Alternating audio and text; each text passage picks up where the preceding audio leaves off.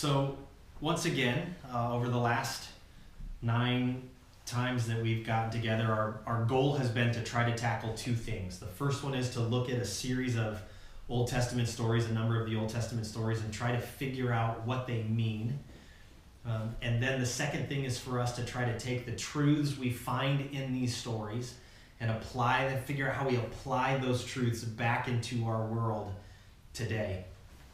One of the questions that got posed to me last week that I thought was interesting enough to at least bring back up this week was one of the messages I got essentially just said, okay, so I'm starting to understand and kind of wrap my head around the idea that when I read these stories, I'm not the hero of the story. And the question I was asked was, but does that mean there aren't times where I am the hero of the story?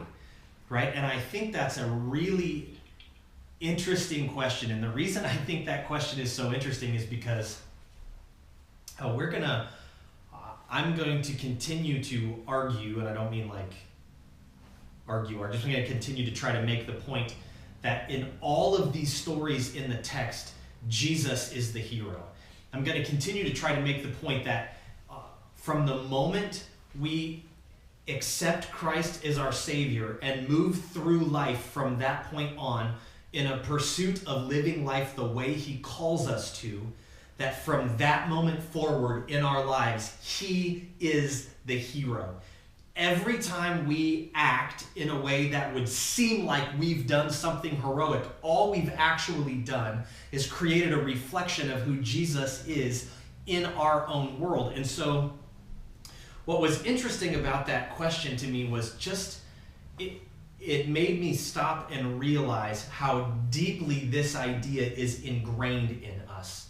How much a part of us, the thought process that says, I have so much importance and so much value that I should be able to change the world around me for the better and get the recognition for those actions. And I'm definitely not suggesting that we don't have a role to play. In fact, I think I would use much stronger language than that. And we did this when we were talking about Genesis a number of weeks ago, where we talked about the role of humanity to be light in the world, to be people who step into chaos and create order, people who step into darkness and shine light into the shadows. We have a responsibility to do those things. It's more than just a role we play. It is a necessary part of who we are as people who are in pursuit of the divine and people who are in pursuit of the life that Jesus has called us to live. It's not just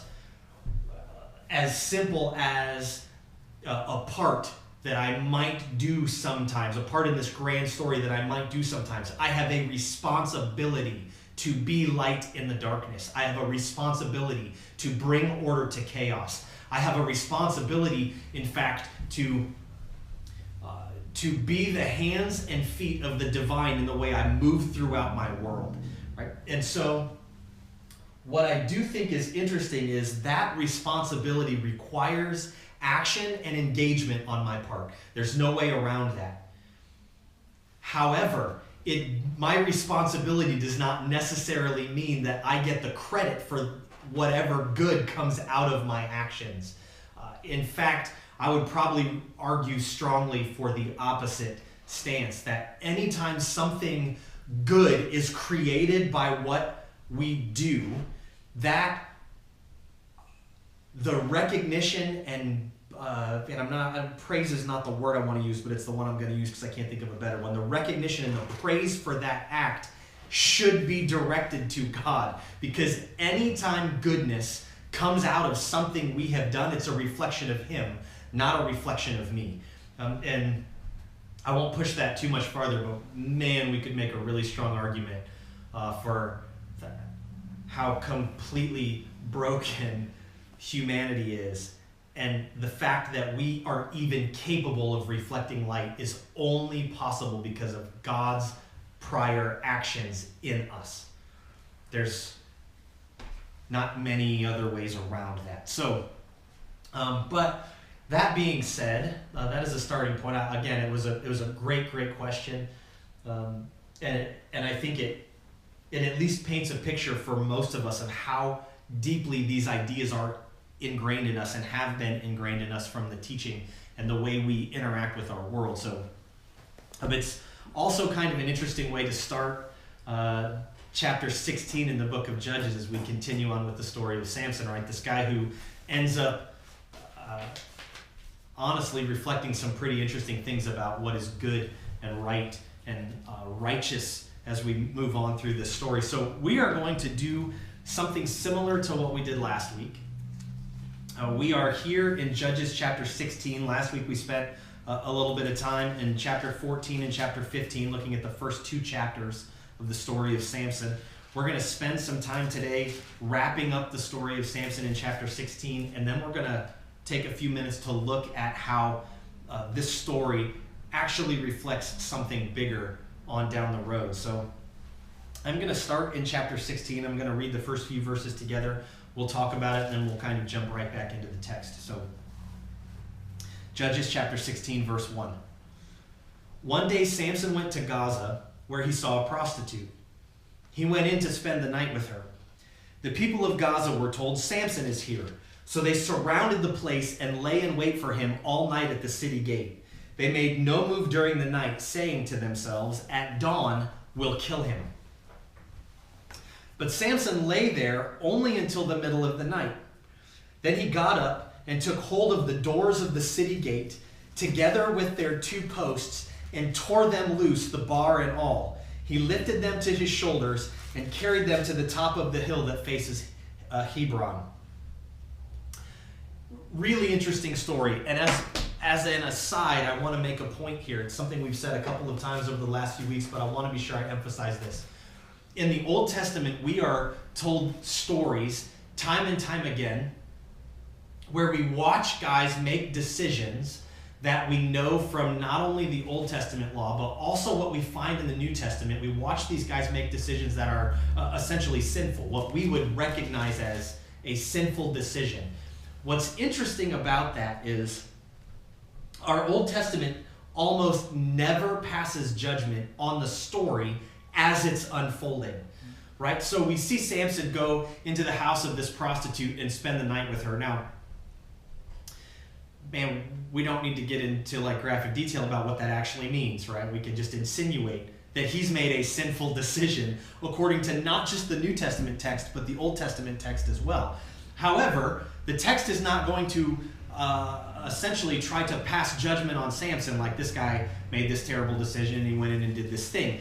It's just telling us the story, and then we as the readers have a responsibility to navigate through that, to figure out what parts of this story matter, okay? Now, there are a number of places in the Old Testament where some of the most famous Old Testament characters do exactly what Samson here did. Okay, so they find themselves in the house of, we find ourselves as a reader in the house of prostitution quite a bit. Now that seems strange to us, but most of the time that is an aside that sets up the next piece of the story, which is exactly what we find here, right? So they tell us that Samson goes in and he's in this place. Well, that's the setup for the fact that he's surrounded by these armed men that are waiting until dawn to kill him. And what he does is he walks up to the city gates, rips the gates off their hinges, carries them to Hebron and Israel, and plants them on top of this hill. Now, this is a remarkable sign of this guy's strength, right? It's one more moment where we have this picture of this man doing something that no man was actually capable of, right? It's just something crazy. Okay, so this is how chapter 16 begins. He rips the gates off this city, carries them, places them on top of this hill. Now in verse 4, we continue our story. Sometime later, Samson fell in love with a woman in the valley of Sorek whose name was Delilah. The rulers of the Philistines went to her and said, "See if you can lure him into showing you the secret of his great strength and how we can overpower him so we may tie him up and subdue him. Each one of us will give you 1,100 shekels of silver." Now, just for our own framework, 1,100 shekels of silver is about 28 pounds. 28 pounds of silver is something like $6,500. I did the math this morning, right? So today, that amount of silver is about $6,500, $6,600. And man, it's probably relatively safe to assume there are a dozen leaders of the Philistines, right? So this lady, she gives up Samson. She's not giving up Samson for $500, right? And sometimes that's hard to miss when we read these numbers. She's betraying Samson, and she's going to walk away with probably $75,000 or $80,000, the equivalent of that much money. It's pretty significant, right? So verse 6, Delilah said to Samson, "Tell me the secret of your great strength and how you can be tied up and subdued." And Samson answered her, "If anyone ties me with 7 fresh thongs that have not been dried, I'll become as weak as any other man." Now, this word is also can be translated as bowstring, right? 7 fresh bowstrings that have not been dried, I'll become as weak as any other man. Verse 8. Then the rulers of the Philistines brought her these 7 fresh bowstrings that had not been dried, and she tied him with them. With men hidden in the room, she called to him, "Samson, the Philistines are upon you." But he snapped the bowstrings as easily as a piece of string snaps when it comes close to a flame. Oh, it's incredible language. Awesome. So the secret of his strength was not discovered. Now, when I read this story as a kid, when I heard this story as a kid, one of the things that bothered me is, why does he let this happen to him multiple times, right? And this might be so simplistic and demonstrate just how hard I was thinking and how easily I should have been reading this story, but obviously they've got these men hidden in the room. She says, "Samson, you're being attacked." He jumps up and breaks out of the restraints. These men probably are not going to jump out and try to attack this guy then, right? So it's entirely possible from the way the story is laid out that going into the next segment of the story, he doesn't have any idea there were people hiding in the room the first time, okay? Because if he did, that's probably going to, impact how likely he is to let her set him up a second time, right? So anyway, we move on. Verse 10, then Delilah said to Samson, "You have made a fool of me. You lied to me. Come now, tell me how you can be tied up." And he said, "If anyone ties me securely with new ropes that have never been used, I'll become as weak as any other man." Pause for just a second. If you remember, the Jews have already handed Samson over once to the Philistines. And when they did it the first time, they used new ropes that had never been used before. He broke out of them without any problem, right? So we know from context, he's not telling her the truth again, right? So Delilah took new ropes and tied him with them. Then with men hidden in the room, she called to him, "Samson, the Philistines are upon you." But he snapped the ropes off his arms as if they were threads. Delilah then said to Samson, "Until now, you've been making a fool of me and lying to me. Tell me how you can be tied." And he replied, "If you weave the 7 braids of my head onto the fabric of a loom and tighten it with the pin, I'll become as weak as any other man." So while he was sleeping, Delilah took the 7 braids of his head, wove them into the fabric, and tightened it with a pin. And so she called to him again, "Samson, the Philistines are upon you." He awoke from his sleep, pulled up the pin and the loom with the fabric. Then she said to him, "How can you say I love you when you won't confide in me? This is the 3rd time you've made a fool of me and haven't told me the secret of your great strength." And with such nagging, she prodded him day after day until he was tired to death. Literally. Gosh, I feel like there's so many things I shouldn't say right now about being nagged until you're tired to death, so we'll probably just move on, right? So Samson breaks down, okay, verse 17.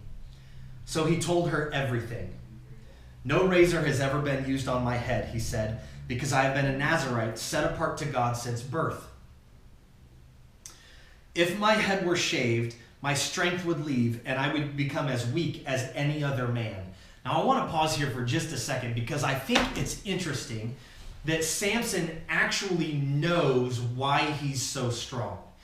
He understands that there's a spiritual piece to it, right? I was set apart from birth, and I was essentially given this vow as a child, right? Now, what's interesting about that is that Samson doesn't argue that he can lose his strength by breaking the other parts of this vow, right? He doesn't say, gosh, do you know what? If you were to force feed me wine while I was asleep, I would, or if you would stick some grapes and some raisins and some cinnamon raisin bread and feed it to me, I would become as weak as any other man. No, and in fact, he recognizes that although the strength is spiritual, it's connected to this, by this point, massive hair and beard that he's wearing, right? So I don't know that matters. I just think it's really, really interesting that he recognizes where the strength is, how the spiritual is interacting with the physical to give him this giftedness. It's just interesting. So he breaks down and he tells her, verse 18, when Delilah saw that he had told her everything, she sent word to the rulers of the Philistines. Come back once more, he's told me everything. So the rulers of the Philistines returned with the silver in their hands. Having put him to sleep on her lap, she called a man to shave off the 7 braids of his hair. And so she began to subdue him. The Hebrew version of this text, there's a Greek version and a Hebrew version of our Old Testament. The Hebrew says, and so he began to weaken, okay? And his strength left him. Verse 20, then she called Samson, the Philistines are upon you. And he awoke from his sleep and thought, I'll go out as before and shake myself free. But he did not know that the Lord had left him. Then the Philistines seized him, gouged out his eyes, took him down to Gaza. Binding him with bronze shackles, they set him to grinding in the prison. But the hair on his head began to grow again after it had been shaved. And so we find ourselves in this, frankly, the most famous piece of the story of Samson. So he's interacting, falls in love with this woman, starts interacting with her. The first thing she does is betray him, right? Immediately she betrays him and says, hey, tell me how you can be made weak. And so Samson makes up some story about something and she tries it and doesn't work. So she comes back and says, let's do this again. He does it a second time, right? Lies again. The second time it's with new ropes, right? Breaks through them, no big deal, it's fine. The third time, interestingly enough, the third time references his hair. I've always thought that was interesting, like she's getting closer to the truth, right? Every time she's bothering him, it's just getting closer and closer. Well, so she does this thing again where she actually weaves his hair into this fabric and leaves it in the womb, and he rips the whole thing up and he's fine. And so finally she says to him, you keep lying, quit lying to me. She nags him to death, the scripture says, right? And so he finally gets to the point where he just can't take it anymore, and he tells her the truth, right? So she has his head shaved. He immediately loses his strength. Gosh, man, it's a devastating line of the text. I'm not sure how else to describe it when it says the Lord left him, right? And so all of his power is gone. The Philistines come in and they overtake him. Now I want to, stop for just a second and talk about this betrayal, because there's something interesting that happens when we find ourselves betrayed by someone that we love. I was listening to a psychologist a number of weeks ago talk about this idea, and what he described this kind of betrayal, this betrayal at the hands of a loved one, as a journey into the underworld. But really, it's a death. Okay, there is when someone this close to you, when you are in love and you've given yourself to someone the way Samson has given himself to this woman, this kind of betrayal literally elicits a death, right? And it's a death of the relationship, but it's also a death of a piece of you. Something in you dies. And in fact, this psychologist described it in different terms. Essentially what he said was, nothing around you is the same anymore, right? Not just where you are right now. It doesn't just affect where I'm standing right now. It affects everything in my past up to that point. Because this person that has betrayed me, they've proven they're not who I thought they were. right? And not only have they proven they're not who I thought they were, but they've proven that this place where the two of us have shared and been together, it's not what I thought it was either. And not only is that not what I thought it was, but that continues to ripple backwards. Everything we've done together isn't what I thought we were doing. It was actually something else, because the person I did those things with would never have betrayed me this way, right? And so Samson kind of finds himself in this spin, although the text doesn't describe this for us. But the reason I bring this up is because it's really interesting to think about betrayal in these terms, this kind of close betrayal in the terms of a death, because we watch that same idea play out as Jesus gets betrayed, right? So Jesus finds betrayal at the hands of his closest friends. And his betrayal leads him on this path to the underworld, right? It ultimately leads him to a death. And the death takes him literally, physically into the underworld, which is just interesting because of how this psychologist was talking about it, right? But we also know with Jesus that this betrayal leads to a death and to a resurrection. And sometimes the same thing can be true for people who are betrayed this way. Not always. Right? It doesn't always come out clean on the other side. But it's possible that this death changes not only who I am, but it allows me to be resurrected as something new. Right? We even watch this happen in fights with people that we care about and love. Right? A brilliant songwriter, a guy named Andrew Peterson, wrote in one of his songs, he said, "I know that words can kill because something is dead." Right? Something between us has died because of something that I said, right? He wrote a song apologizing to his wife. It's brilliant. Anyway, it's not the point. But it's this idea that even what has been dead can be brought back to life. This betrayal at the hands of Delilah is ultimately going to lead Samson to his single greatest victory. Okay? Which is interesting. And before I jump into this final section of chapter 16, I want us to jump backwards. Okay? So now that we've kind of brought Jesus into this story and we've talked about the betrayal of Jesus and kind of the betrayal of Samson, and we've painted them at least side by side, I want to talk about something interesting that happens back in chapter 15. Because there's this passage in 15 where, if you recall with me, Samson finds himself handed over to the Philistines, and as they're coming out to capture him, he picks up the jawbone of a donkey, right, and he strikes down 1,000 men. Okay? What's interesting about this, the reason I want to pause here for just a second, is because Samson takes the jawbone of a donkey, and with this, I'm going to make my language broader, just know you're going to watch this happen as it goes, but Samson takes the jawbone of a donkey, and with this donkey, he has his single greatest victory up to this point of the story. Right? He kills 1,000 Philistines with the jawbone of a donkey, right? This piece of a donkey kills 1,000 Philistines. After that, we find Samson thirsty, right? And what's interesting is in the text, he cries out to God and says, "God, I'm so thirsty. You've given your servant this incredible victory. Must I now die of thirst and fall into the hands of the uncircumcised?" And what's interesting about the story that we talked about last week is water comes out of this rock. Anytime water comes out of a rock, it's a reference back to the story of Moses. Right? So there's another one of these incredible prophetic elements tucked into this story. But what's interesting about this is Samson, donkey, greatest victory to date, then cries out to God, "Do I now have to die at the hands of the uncircumcised?"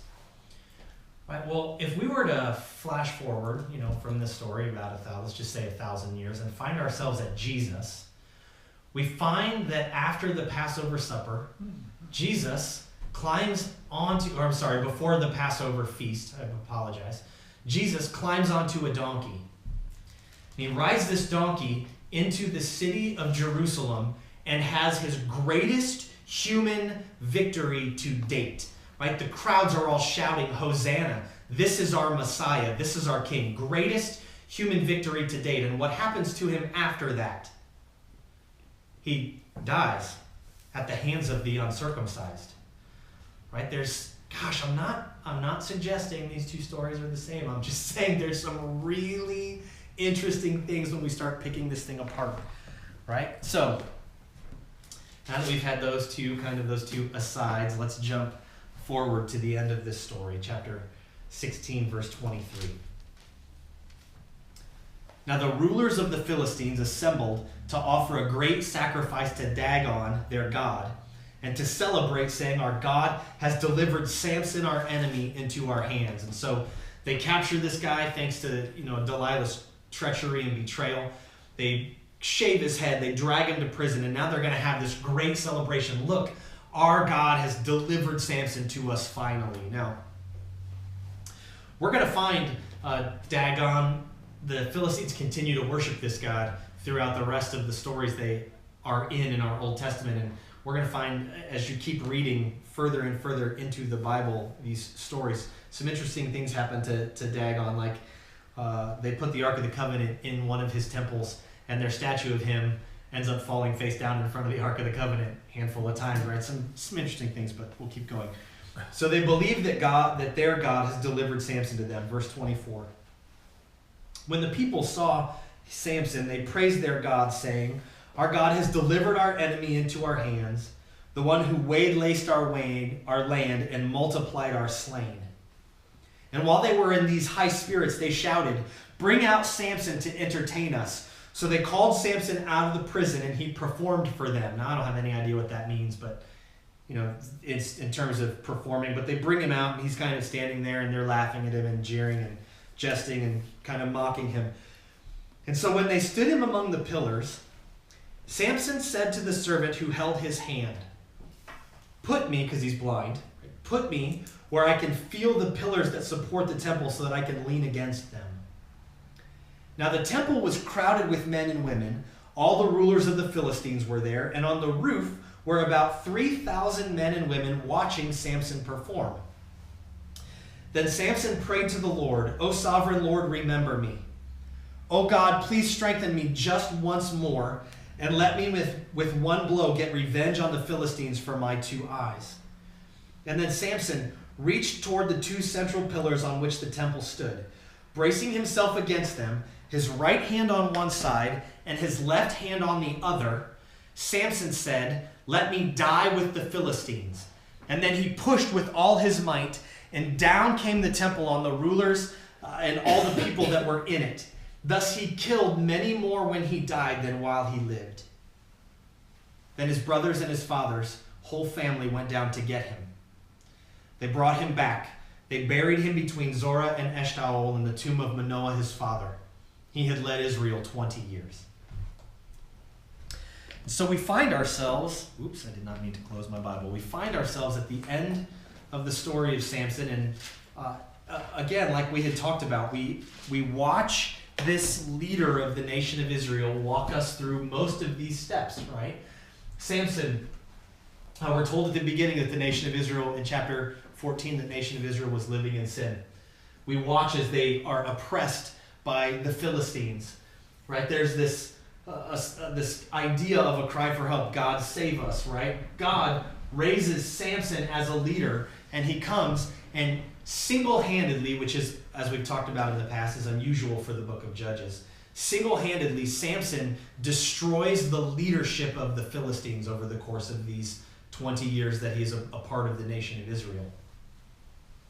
I want to take our last, we've got like 11 minutes. And in our last 11 minutes, I just want to kind of wrap up the story of Samson by drawing some comparisons.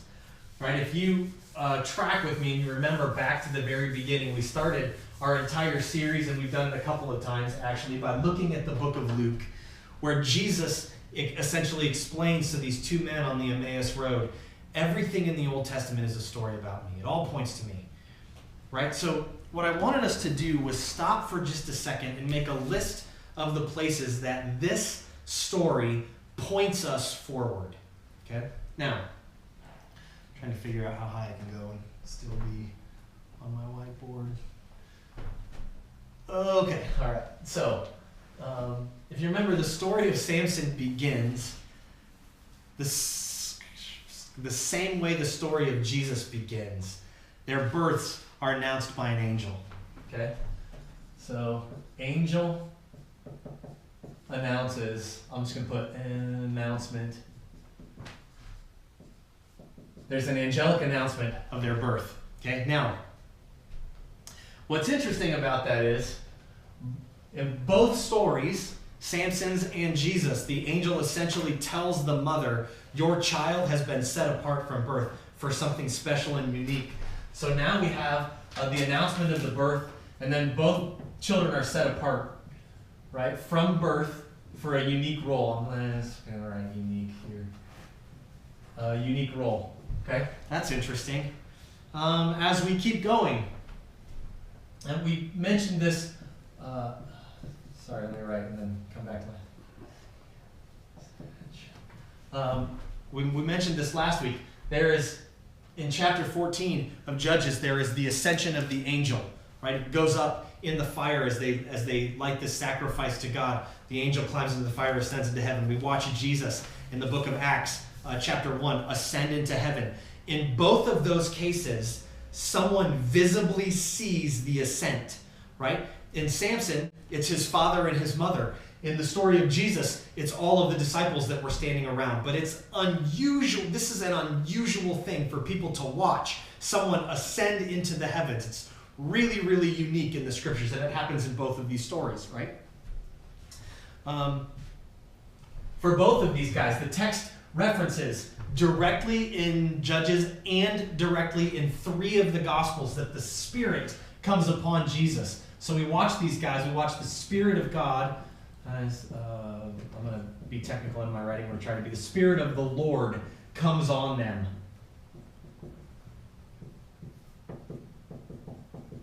Okay, let's keep going.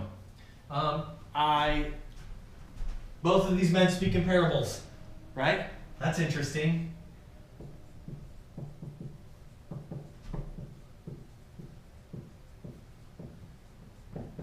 They both speak in parables. We talked just a few minutes ago about this weird story with the jawbone of a donkey, right? And I'm not going to try to make too big a point about that, but it's at least interesting that Samson's greatest victory connects to a donkey, right? And then the next thing he says is, Jesus, do I have to die at the hand of these Philistines? We find, or God, do I have to die at the hand of these Philistines? And then we find Jesus riding a donkey into his single greatest human victory, in human terms, his single greatest victory, right? And then he finds himself dying at the hand of the uncircumcised. It's just interesting. Now, both Jesus and Samson are betrayed by someone they love.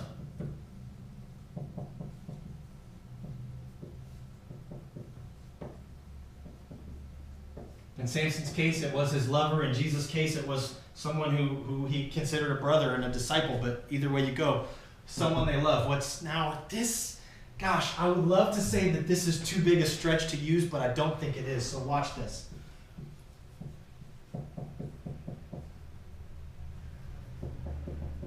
I spelled that wrong, I'm sure. There we go. Let's just do that. Jesus is crucified, right? The text in the story of Samson intentionally tells us, oddly, right? It includes this crazy detail about him in between 2 pillars where he stretches out his right hand and his left hand. So we find that both of these men die with their arms outstretched. That's at least interesting enough to mention, right? There's this idea, I don't want to say crucifixion because obviously Samson wasn't crucified, but man, there is this image there that you can't get away from. Now watch this. Both Samson and Jesus, their death destroys the power of the enemy, right? So Jesus' death, his death obviously destroys the power of death and hell, we're told. So when Samson dies, he wipes out the rulers of the Philistines. Their deaths destroy the power of the enemy.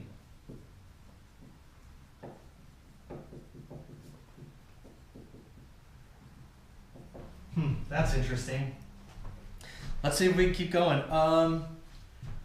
we're told that Samson's greatest victory of his life, he killed the most enemies the moment he died. Okay, so not only does his death destroy the power of the enemies, the ultimate victory of Samson happened in his death. Guess what? We could at least argue the same thing about Jesus, right? He dies. His death is the ultimate victory over sin and death. Now, you could probably push back a little bit about that and argue like it's the resurrection of Jesus that in the end kind of wraps up all of the strength of that story. And I'm not going to argue that either, but I think it's at least interesting that you could argue that both of them have an ultimate victory in their death. It's the greatest victory of the entire story of Samson. It's one of the greatest victories in the entire story of Jesus.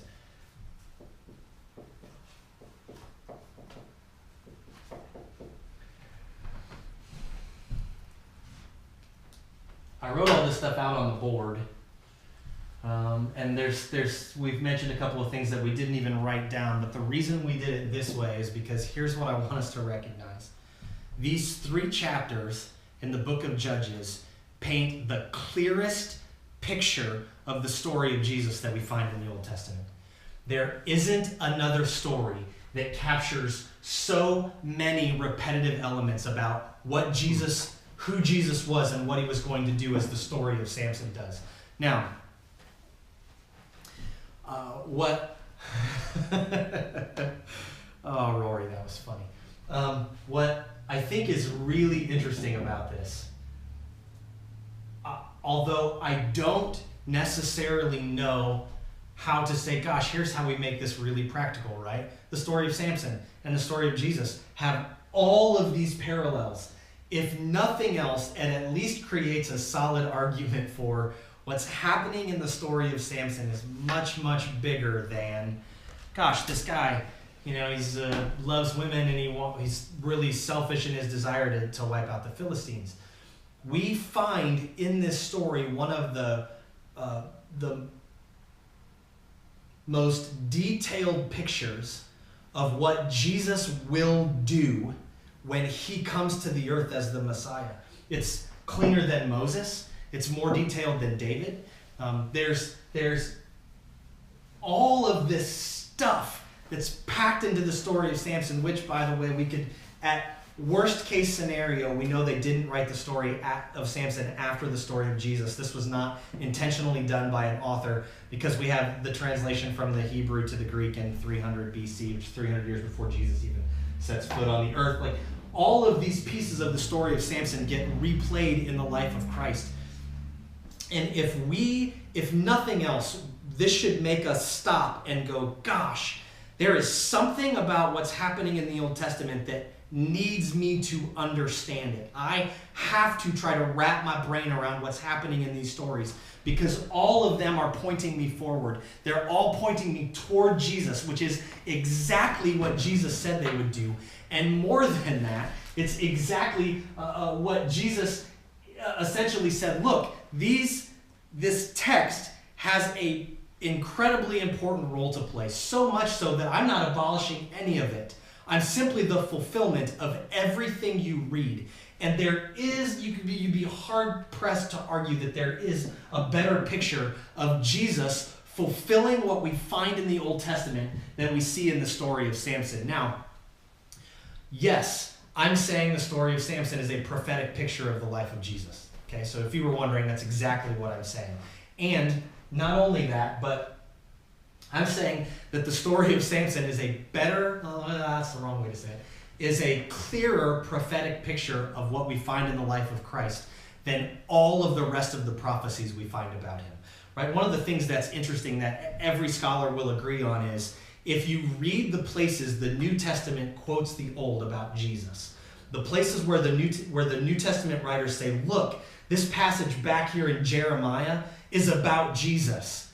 When you go back and you read the story of Jeremiah in that context, it's almost impossible to know from the perspective of Jeremiah that he was writing about Christ, right? And if that's the case, the story of Samson easily functions as one of the clearest prophetic pictures we have about what Jesus came to do and how he would do it.